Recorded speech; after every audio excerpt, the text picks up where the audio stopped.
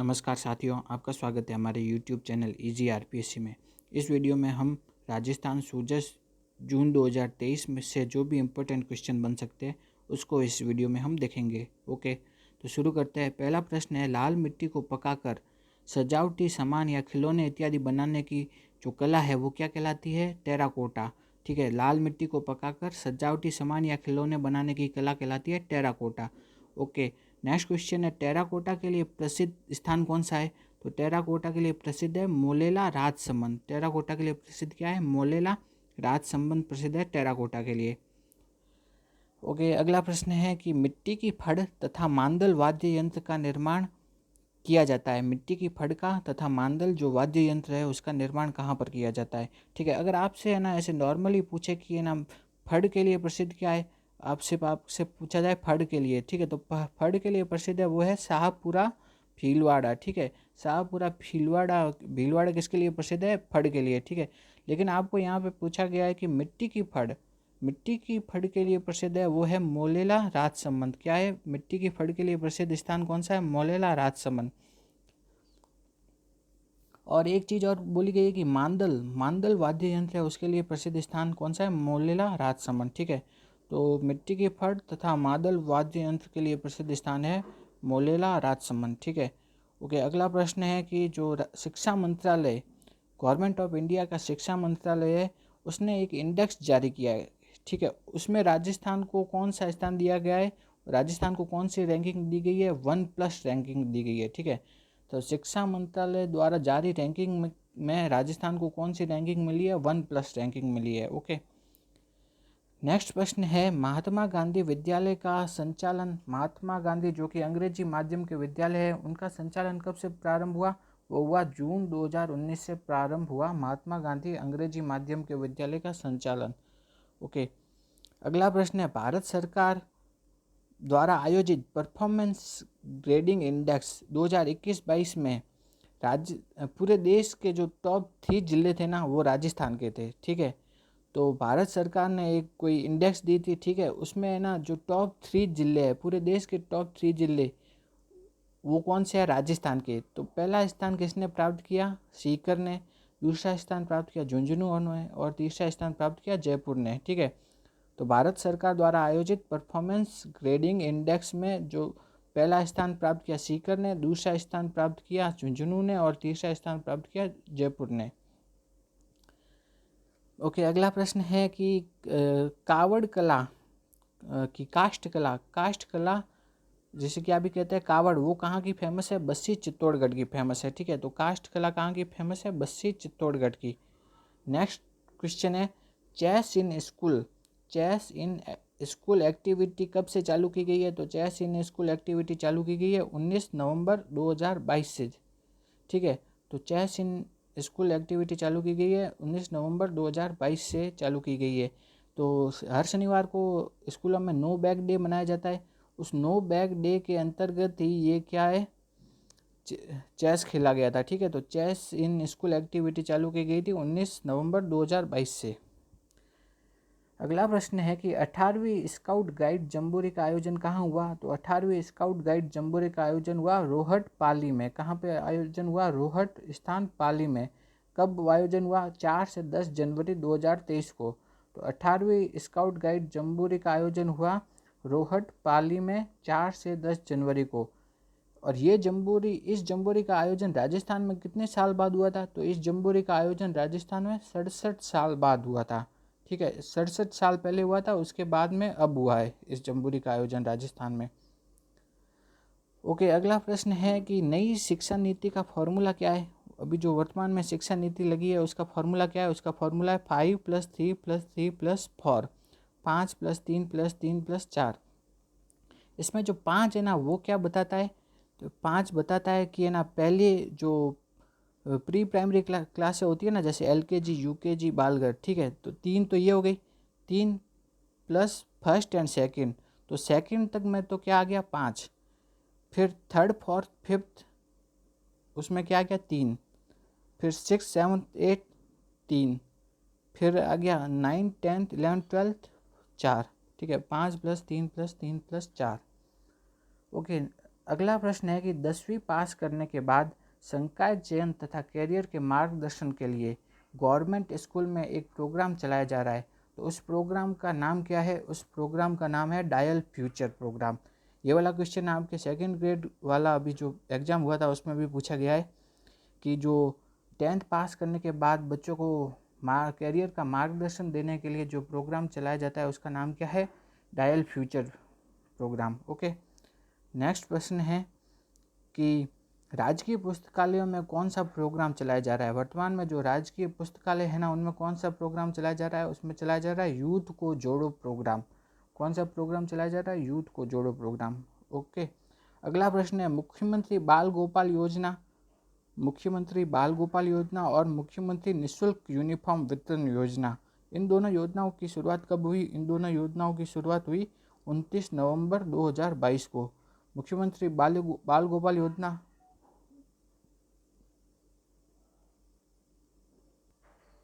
मुख्यमंत्री बाल गोपाल योजना और मुख्यमंत्री निःशुल्क प्लेटफॉर्म योजना, इन दोनों योजनाओं का शुभारंभ कब हुआ? 29 नवंबर 2022।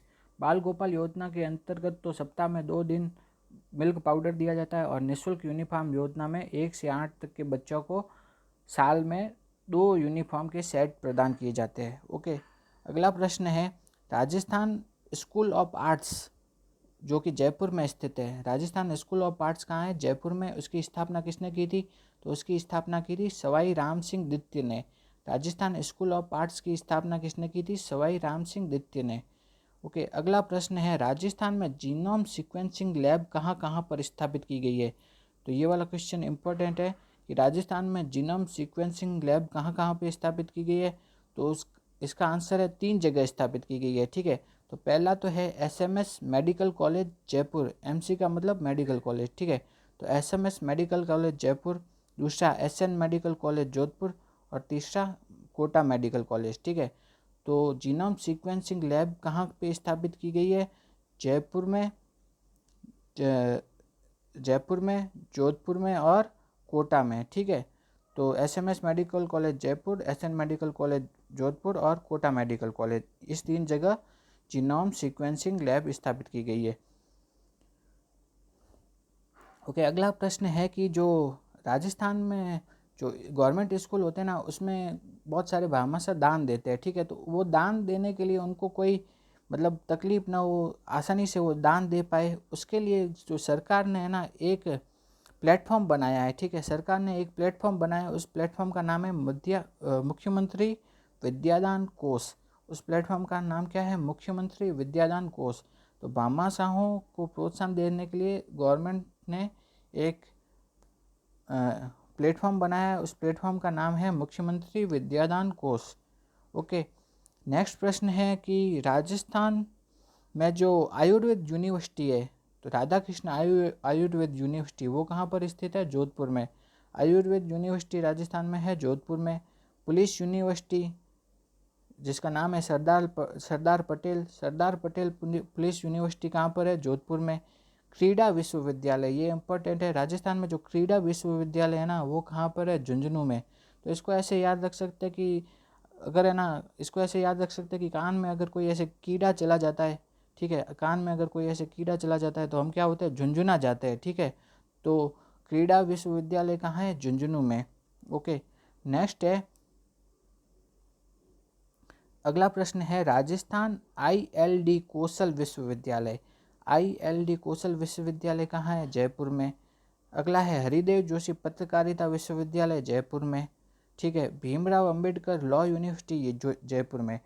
तो आईएलडी कौशल विश्वविद्यालय, हरिदेव जोशी पत्रकारिता विश्वविद्यालय, भीमराव अंबेडकर लॉ यूनिवर्सिटी, ये तीनों तो कहाँ है? जयपुर में। ठीक है, और आयुर्वेद यूनिवर्सिटी और पुलिस यूनिवर्सिटी, ये तीनों तो कहाँ थे? जयपुर में थे। ठीक है,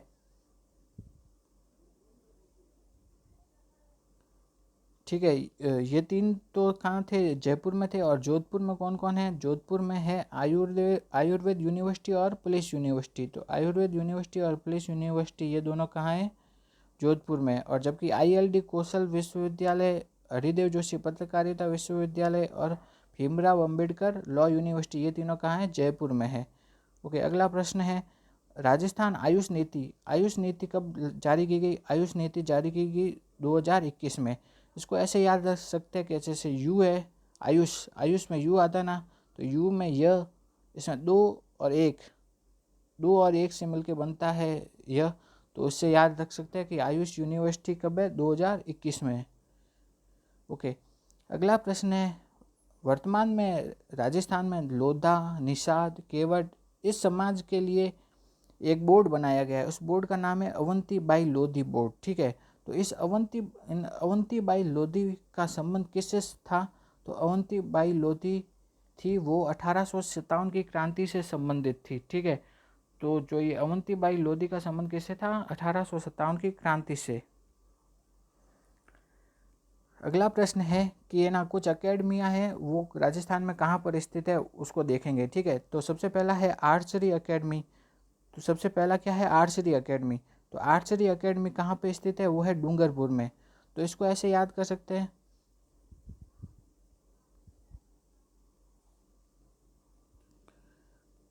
तो आर्चरी अकेडमी कहाँ है? डूंगरपुर में। तो इसको ऐसे याद कर सकते हैं कि आ चढ़े डूंगर पे, आ फिर चढ़ी। ठीक है, कहाँ पे? डूंगर मतलब पहाड़ पे। ठीक है, तो आर्चरी अकेडमी कहाँ पे है? डूंगरपुर पे। आ चढ़े डूंगरपुर पे। ठीक है, मतलब पहाड़ पे चढ़ते हैं आर्चरी डूंगरपुर। ओके, अगली अकेडमी है फुटबॉल अकेडमी। फुटबॉल अकेडमी है ना कहाँ पे है? कोलीड़ा, सीकर में और बांसवाड़ा में।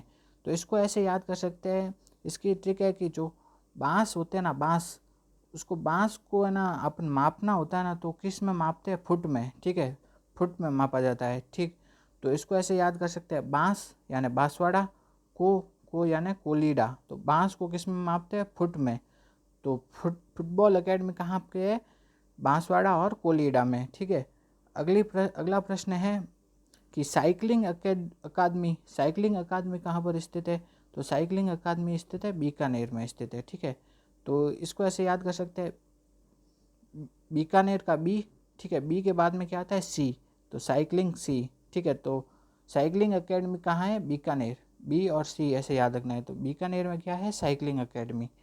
ओके, अगला क्वेश्चन है कि कुश्ती अकादमी कहाँ पर है? तो कुश्ती अकादमी है भीलवाड़ा में। ये इंपॉर्टेंट लग रहा है, साइकिलिंग और कुश्ती वाला इंपॉर्टेंट लग रहा है कि कुश्ती अकादमी कहाँ पे है? भीलवाड़ा में। तो आपने अगर सत्या मूवी देखी हो तो उसमें ऐसे बताते हैं भीखू मात्रे, जो मनोज वाजपेयी होता है वो उसका किरदार होता है भीखू मात्रे। ठीक है, तो वो ऐसे बोलता है कि ये ना मुंबई का डॉन कौन? भीखू मात्रे। ठीक है, तो आपको ये कुश्ती अकादमी के लिए क्या याद रखना है? भीखू मात्रे। ठीक है, तो भी मतलब भीलवाड़ा, कु मतलब कुश्ती। ठीक है, तो कुश्ती अकादमी कहाँ पर स्थित है?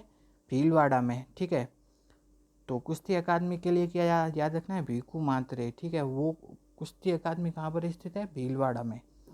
ठीक है, अगला प्रश्न है कि जो एथलेटिक्स अकादमी है, एथलेटिक्स अकादमी कहाँ पर स्थित है? वो है राजगढ़ चूरू में स्थित है।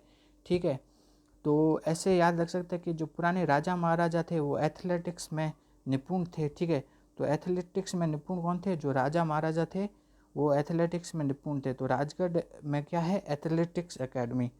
ओके, अगला प्रश्न है कि जो बास्केटबॉल अकादमी है, बास्केटबॉल अकादमी कहाँ पर स्थित है? तो बास्केटबॉल अकादमी है बाड़मेर, सीकर और जैसलमेर में स्थित है। तो इसको अपन ऐसे याद रख सकते हैं कि बास्केटबॉल का नाम है, इसमें बी ए मतलब बाड़मेर। ठीक है, फिर आ गया एस के मतलब सीकर। ठीक है, और बाल मतलब जैसल, एल है ना, तो ये क्या है? जैसलमेर। तो ठीक है, बास्केटबॉल बी का मतलब बांसवाड़ा, एस के मतलब सीकर और एल मतलब जैसलमेर। ठीक है, तो बास्केटबॉल अकेडमी कहाँ है? बाड़मेर, सीकर और जैसलमेर में स्थित है। ओके, अगला प्रश्न, जो हैंडबॉल अकादमी कहाँ पर स्थित है राजस्थान में? तो हैंडबॉल अकादमी है जैसलमेर में। तो इसको ऐसे याद कर सकते हैं अपन, ऐसे याद कर सकते हैं, तो किसी की भी जय जयकार करनी होती है ना, जय जयकार, तो जय जयकार कैसे किया जाता है? हाथ से। तो जैसलमेर में क्या है?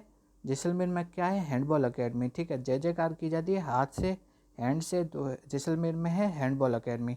ओके, एक बार वापस इनको देख लेते हैं रिवीजन कर लेते हैं एक बार वापस, क्योंकि ये इम्पोर्टेंट है। तो सबसे पहला है कि आर्चरी अकादमी, तो ये है आज चढ़े डूंगर पे, ठीक है। तो आर्चरी अकादमी डूंगर पे, डूंगरपुर। नेक्स्ट है फुटबॉल अकादमी। फुटबॉल अकादमी को क्या है, बांस को किससे नापते हैं, फुट से, फुट में नापते हैं, ठीक है। बांस को किस में नापते हैं, फुट में। तो फुटबॉल अकादमी कहाँ है, कोलीडा, बांसवाड़ा, और दूसरा कोलीडा, ठीक है। बांस को बांसवाड़ा, कोलीडा, ठीक है। नेक्स्ट है साइकिलिंग अकादमी। साइकिलिंग अकादमी कहाँ है, बीकानेर में।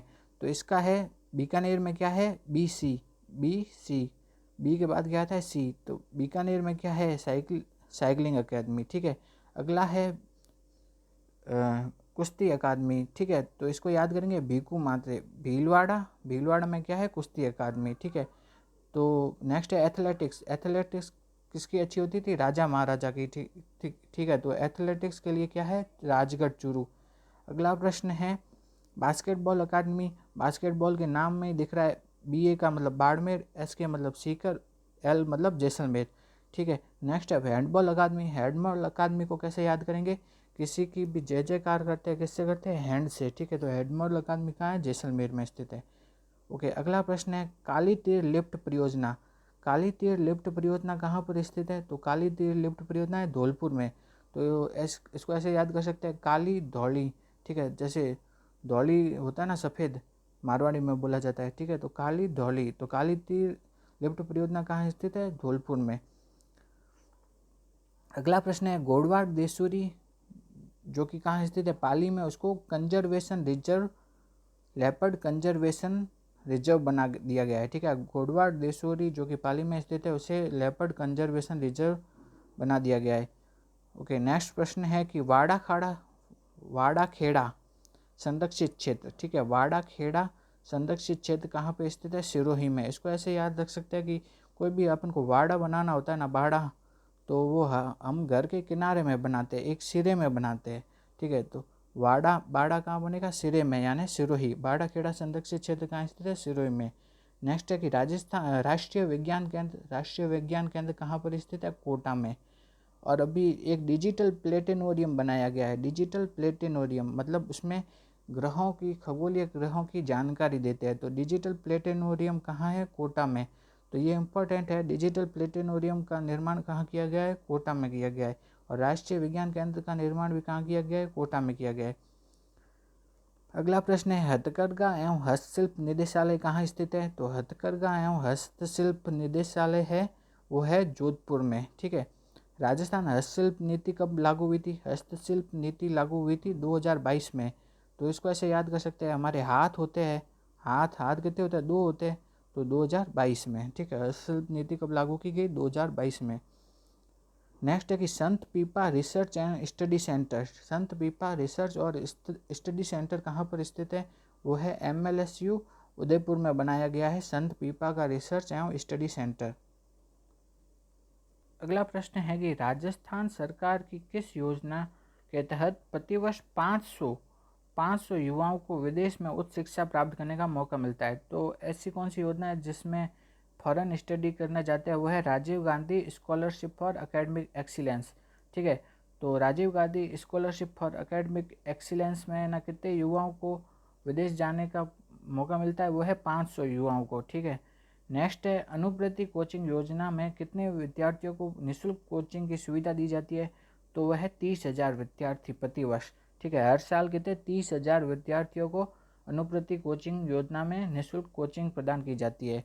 ओके, नेक्स्ट प्रश्न है एमसैंड नीति कब लागू हुई थी। एमसैंड मतलब मैन्युफैक्चर्ड सैंड, ठीक है।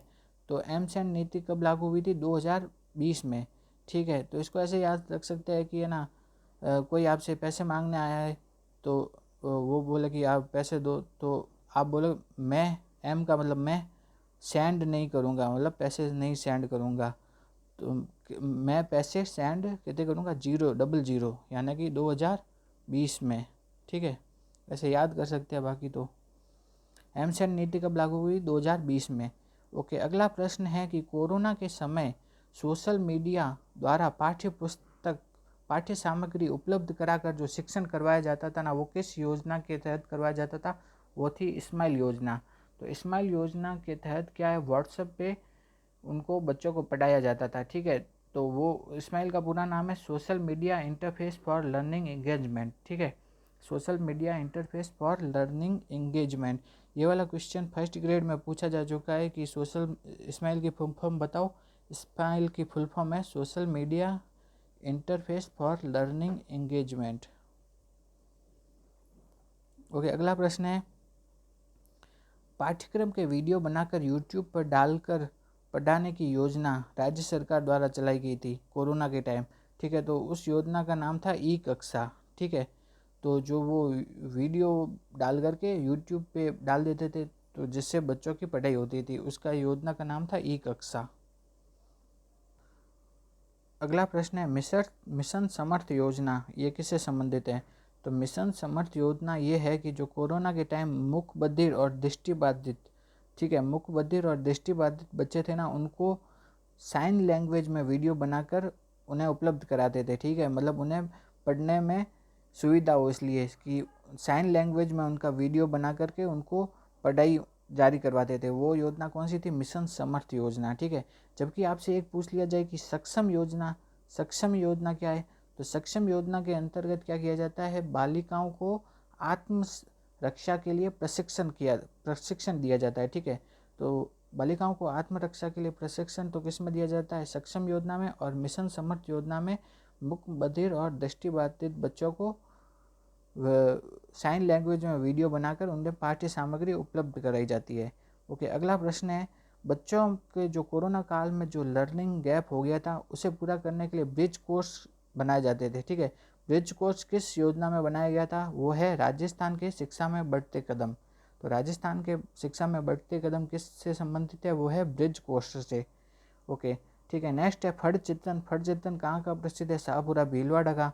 आपसे पूछ ले काष्ठ कला कहाँ की प्रसिद्ध है? वो है बस्सी चित्तौड़गढ़ की, बस्सी चित्तौड़गढ़ की। फड़ चित्रण कहाँ का प्रसिद्ध है? शाहपुरा भीलवाड़ा का। टेराकोटा कहाँ का प्रसिद्ध है? वो है मोलेला का। इसमें आपने 3 चीज़ें देखी है, ठीक है। एक तो है फड़ चित्रण, फड़ चित्रण तो कहाँ है? शाहपुरा भीलवाड़ा। दूसरा दूसरा आपने देखा है दूसरा देखा है टेराकोटा। टेराकोटा कहाँ का प्रसिद्ध है? तो टेराकोटा प्रसिद्ध है, वो है मोलेला गांव, ठीक है। और तीसरी आपने चीज़ देखी है, वो है काष्ठ कला। काष्ठ कला कहाँ की प्रसिद्ध है? बस्सी चित्तौड़गढ़ की, ठीक है। ओके, अगला प्रश्न है, स्कूलों से नेक्स्ट क्वेश्चन क्या है, स्कूलों से ड्रॉप आउट हो चुकी बालिकाओं को स्टेट ओपन स्कूल के माध्यम से शिक्षा से जोड़ने हेतु कौन सी योजना चलाई गई है? वो है शिक्षा सेतु योजना। ऐसी बालिकाएं जो कि ड्रॉप आउट हो चुकी है, उनको फिर से शिक्षा से जोड़ने के लिए को योजना चलाई है शिक्षा सेतु, ठीक है। इसके अंतर्गत उन्हें स्टेट ओपन स्कूल में एडमिशन दिलाकर उनकी शिक्षा पूरी करवाई जाती है। ओके, अगला प्रश्न है, काली बाई भील मेधावी छात्रा स्कूटी योजना कब चालू की गई? तो काली बाई भील स्कूटी योजना चालू की गई थी 1 अप्रैल 2020 को चालू की गई थी। तो काली बाई भील स्कूटी योजना चालू की गई थी 1 अप्रैल 2020 को। अगला प्रश्न है, कालीबाई भील स्कूटी योजना के अंतर्गत प्रतिवर्ष कितनी छात्राओं को स्कूटी मिलती है? तो प्रतिवर्ष मिलती है 10,050 छात्राओं को प्रतिवर्ष स्कूटी मिलती है, ठीक है। इस योजना के अंतर्गत अनुसूचित जाति, अनुसूचित जनजाति, अल्पसंख्यक, EWS इन सभी को स्कूटी प्रदान की जाती है। ओके, अगला क्वेश्चन है, देवनारायण स्कूटी योजना। एक तो है कालीबाई भील स्कूटी योजना, दूसरी है देवनारायण स्कूटी योजना। देवनारायण स्कूटी योजना सिर्फ किसके लिए है? अति पिछड़ा वर्ग, ठीक है, अति पिछड़ा वर्ग के लिए है देवनारायण स्कूटी योजना। तो अति पिछड़ा वर्ग की भी कितनी 5 जातियों को स्कूटी प्रदान की जाती है। तो पहली जाति कौन है? बंजारा, दूसरी गुर्जर, तीसरी गाड़िया लोहार, चौथी राइका या रेबारी, 5वीं गडरिया, ठीक है। ये पूछा जा सकता है कि कौन कौन सी 5 जातियाँ हैं जिनको देवनारायण स्कूटी योजना के अंतर्गत स्कूटी प्रदान की जाती है? वो है बंजारा, गुर्जर, गाड़िया लोहार, राइका और गडरिया। ओके, अगला प्रश्न है, इंदिरा प्रियदर्शनी योजना, ठीक है, इंदिरा प्रियदर्शनी पुरस्कार, ठीक है। इंदिरा प्रियदर्शनी पुरस्कार चालू कब किया गया था? वो किया गया था मार्च 2019 से, ठीक है। इसके अंतर्गत क्या किया जाता है? 8वीं, 10वीं और 12वीं इन तीनों कक्षाओं में जिले में प्रथम आने वाली छात्राओं को क्या पुरस्कार दिया जाता है, ठीक है। कि 8वीं 10वीं और 12वीं में जिले में प्रथम आने वाली छात्राओं को पुरस्कार दिया जाता है। और ये पुरस्कार दिया कब जाता है? ये पुरस्कार दिया जाता है इंदिरा जयंती को, जो कि कब आती है? 19 नवंबर। ठीक है, तो इंदिरा प्रियदर्शनी पुरस्कार कब दिया जाता है? 19 नवंबर को दिया जाता है। ओके, अब ये वाला क्वेश्चन आपसे पूछ सकते हैं कि इंदिरा प्रियदर्शनी पुरस्कार है ना कितने वर्गों में दिया जाता है? वो दिया जाता है 8 वर्गों में। ठीक है, तो 8 वर्ग कौन कौन से हैं? पहला है जनरल, सामान्य, ठीक है, दूसरा ओबीसी वालों को, तीसरा एससी, चौथा एसटी, पांचवा अल्पसंख्यक, छठा बीपीएल और क्या है? निःशक्त जन। ठीक है, तो जनरल, ओबीसी, एससी, एसटी, ठीक है, अल्पसंख्यक, बीपीएल और निःशक्त जन। इसके अलावा एक और है कैटेगरी 8वीं ईडब्ल्यूएस। ठीक है, तो 8 कैटेगरी में दिया जाता है, जनरल, ओबीसी, एससी, एसटी, अल्पसंख्यक, बीपीएल, निःशक्त जन और ईडब्ल्यूएस वालों को दिया जाता है। अगर आपको हमारा ये वीडियो अच्छा लगा तो वीडियो को लाइक कीजिए और हमारे यूट्यूब चैनल को सब्सक्राइब कीजिए। Thank you.